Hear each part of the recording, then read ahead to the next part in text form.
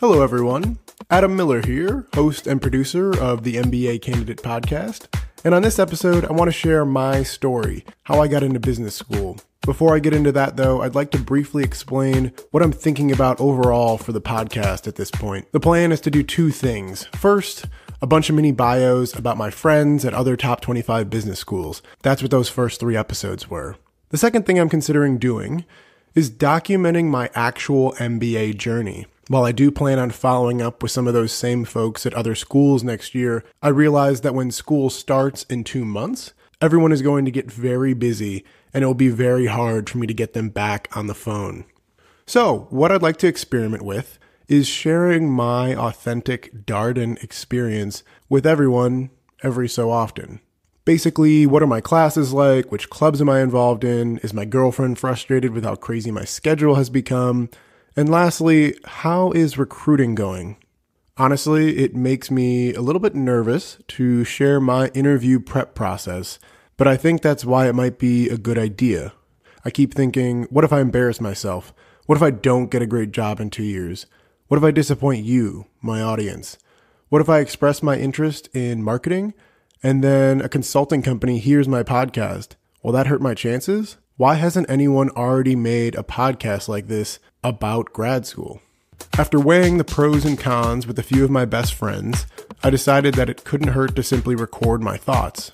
If I don't end up getting my message across properly, that's what editing's for. So, if you're listening to this, it's because I tried it out and I decided to put it out there.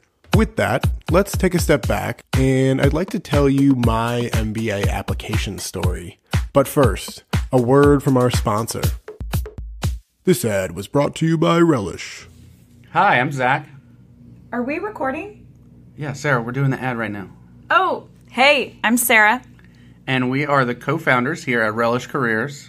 We were once incoming MBAs, and we created Relish Careers because we wanted a way for MBAs and employers to connect online. So join relishcareers.com today to learn about the companies that want to hire you. And to view our exclusive employer webinars this summer to prepare for school. The MBA Candidate Podcast is the world's most exciting show about what it's like to go to business school. We cover all the action, from the GMAT to networking, all the way to case interviews and behavioral interviews.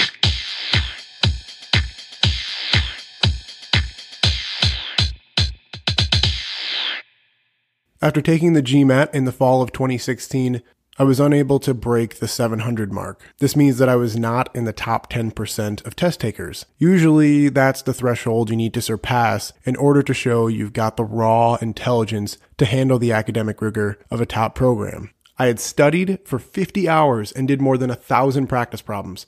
Because of my low score, I decided to not put my application together that year.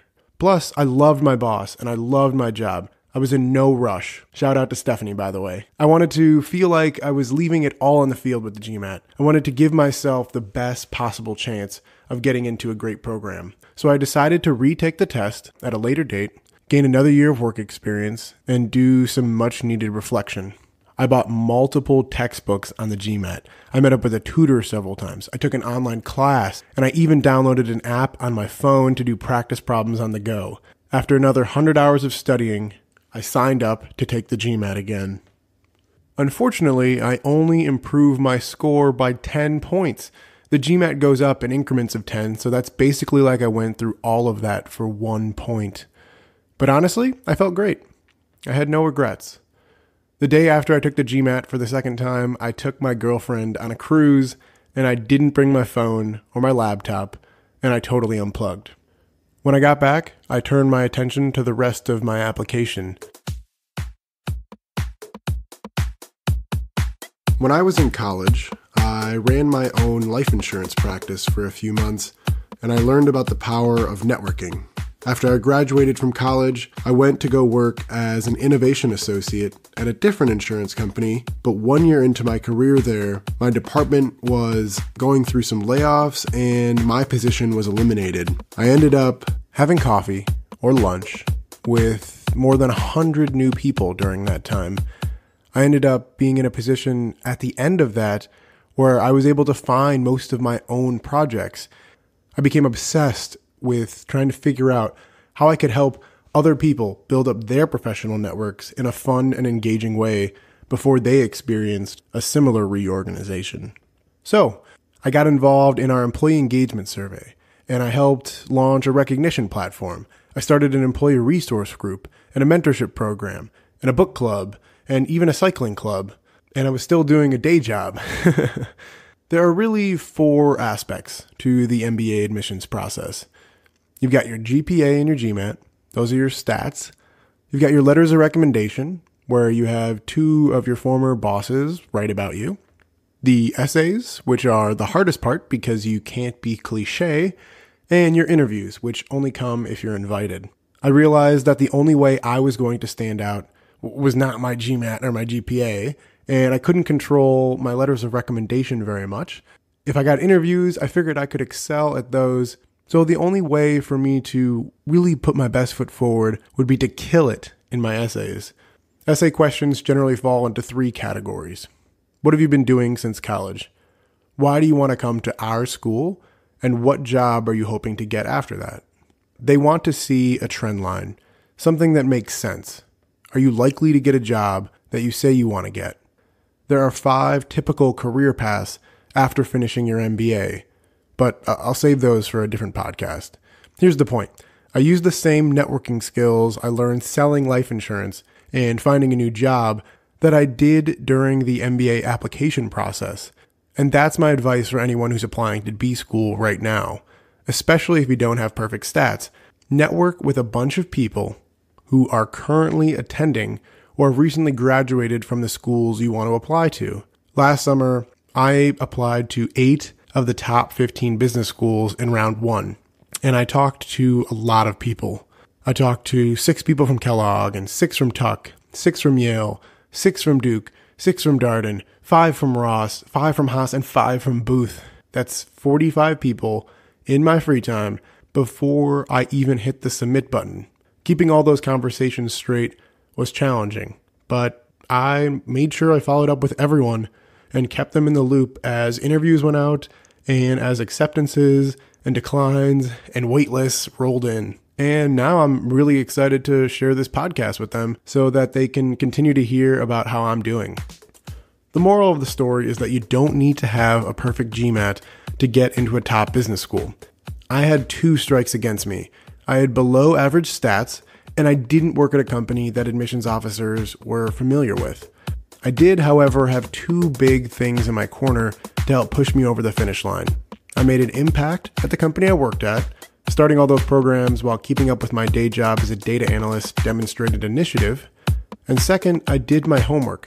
Speaking to 5 or 6 MBAs from each program showed the admissions officers that I understood what I was getting myself into.